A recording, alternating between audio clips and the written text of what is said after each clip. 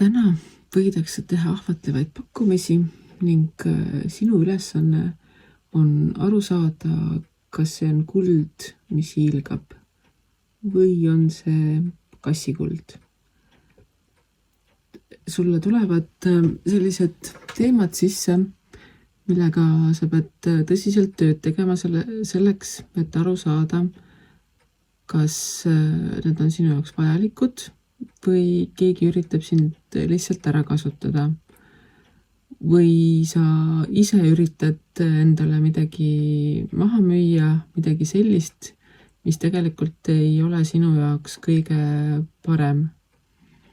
Et sul on vaja teha otsused, kas olla või minna tegema midagi muud, ning selle otsuse tegemine ei ole tänasel päeval kõige kergem, sest et sa ei pruugi tähele panna või märgata seda, et mida sa valid, kas see on see, mida sa tahad, või on see, mida sa vajad.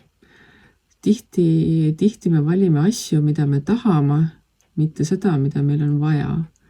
Ja tahtmine ei pruugi alati olla see kõige mõistlikum valik, sest et on asju, mida nii-öelda vaja on rohkem kui seda, et me tahame.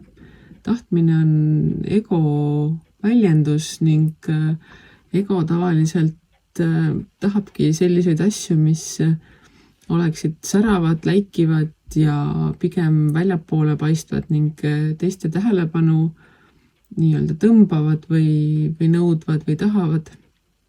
Aga see, mida meil on vaja, on meie enda sisemuses tunduvalt vaiksem, tunduvalt vähem särav, kuid lõppkokkuvõttes või lõpptulemusena on see, kui me saavutame selle, mida meil on vaja, palju rahuldust pakkuvam ning viib meid kaugemale. Ehk vaata, kas sinu otsused tänasel päeval lähtuvad põhimõttest, et ma tahan või ma vajan.